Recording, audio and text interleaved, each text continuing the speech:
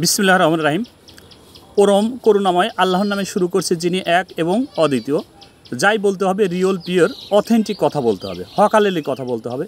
পাও চাটার সুযোগ নাই, পাও চাটতে আসিনি, আমার দ্বারা পাও চাটা হবে না। মরলে শহীদ, বাঁচলে গাজী। যে গরম পড়তেছে, এই গরমে জনজীবন অতিষ্ঠ এবং দেশের কোনো কোনো অঞ্চলে 41-42 ডিগ্রি 40 ডিগ্রি তাপমাত্রা পড়ছে।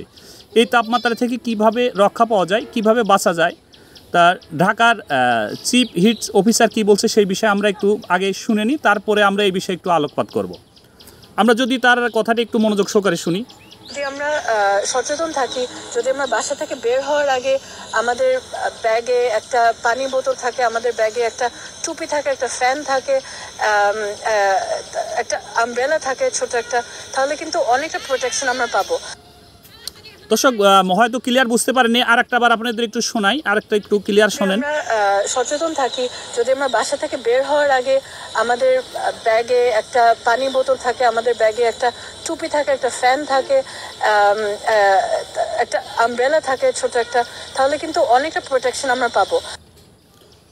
দর্শক চিফ হিট অফিসার বললেন যে ব্যাগের মধ্যে এক বোতল পানির বোতল নিয়ে, ব্যাগে এক বোতল পানি নিয়ে যেতে হবে, একটা ফ্যান নিয়ে যেতে হবে, তারপরে আমব্রেলা নিয়ে যেতে। তা আমার মনে হচ্ছে তো ওই ব্যাগের মধ্যে পুরো একটা সংসার ধরেই ব্যাগের ভিতরে নিয়ে যাওয়ার দরকার। উনার কথা হিসেবে উনি যে সচেতনতা দিচ্ছে গরম থেকে বাঁচার জন্য, সেই হিসেবে যদি হিসাব করা যায়, আপনি দেখেন একটা সংসারে যা যা দরকার সব ব্যাগের ভিতরে নিয়ে যেতে হবে। ফ্যান নিতে হবে, পানির বোতল নিতে হবে, আমব্রেলা নিতে হবে, ইটিসি অনেক কিছু। তো এই যদি দেশের চিফ অফ হিট অফিসার হয়, সে কিভাবে ন্যাচারালি এই গরম থেকে রক্ষা পাওয়া যায় সেইগুলোর একটা পদক্ষেপ না নিয়ে সে আমাদের কি করতেছে, সে বলতেছে আপনারা ছাতা নেন, আপনারা পানির বোতল নেন, আপনার সাথে একটা ফ্যান নেন। এই সবাই কি ব্যাগ বহন করে? আর সবারই কি আপনার ফ্যান কেনার মতন ক্ষমতা আছে? এই যে ছোটো চার্জার ফ্যান, এটা কি সবাই কি করতে পারবে? যে যার মুখে প্রচুর পরিমাণ মেকআপ আছে, যে মুখে মেকআপ মেরে যায়, এই মেকআপ থেকে রক্ষা করার জন্য কেউ কেউ হয়তো ছোটো ফ্যান নিয়ে যায় যে মুখের মেকআপ যাতে গুলি না যায়। কিন্তু যে একটা শ্রমিক, যে রিক্সা চালক, যে মিল কারখানায় কাজ করতেছে, সে কিভাবে ফ্যান চালাবে, সে কিভাবে ফ্যান নিয়ে যাবে? তো এই কোনো কথা হতে পারে যে ব্যাগের মধ্যে ফ্যান নিয়ে যেতে হবে, ব্যাগের মধ্যে ছাতা নিয়ে যেতে হবে, ব্যাগের মধ্যে পানি নিয়ে যেতে হবে, ইটিসি অনেক কিছু নিয়ে যেতে হবে। তা চিফ অফ হিট অফিসারকে ধন্যবাদ জানাচ্ছি। উনি আসলে ন্যাচারালিভাবে কীভাবে রক্ষা করা যায় সেটা আমাদের বুদ্ধি না দিলেও উনি কৃত্রিমভাবে যতটুকু আগানো যায় বা যতটুকু সম্ভব সেই বিষয়টা উনি আমাদের জানিয়েছেন।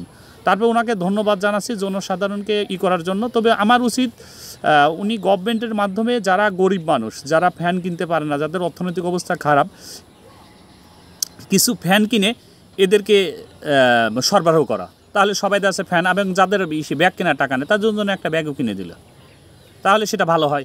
তার কারণ হক হালালি রিয়েল অথেন্টিক পিওর কথা বলতে হবে। এখানে পাও চাটার কোনো সুযোগ নেই, পাও চাটতে আসিনি, আমার দ্বারা পাও চাটা হবে না। মরলে শহীদ, বাঁচলে গাজী।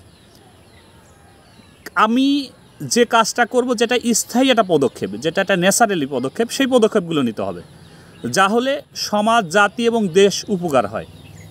এই মেন্টালিটিতে যারা বড় লোক, তারা তো অধিকাংশ লোকই বাইরে যাওয়ার সময় ছাতা নিয়ে যায়, পানির বোতল নিয়ে যায়, এবং যাদের মেকআপটা নষ্ট হয়ে যাবে তারা সাথে করে ফ্যান নিয়ে যায়। এটা উনি না বললেও হতো। তবে আমার ধারণা উনি ন্যাচারালিভাবে বা প্রাকৃতিকভাবে কিভাবে এটা রক্ষা করা যায়, কিভাবে করলে মানুষের উপকার হয়, সেই কাজটা করলে ভালো হবে। ধন্যবাদ দর্শক, ভালো থাকবেন, সুস্থ থাকবেন, আল্লাহ হাফেজ।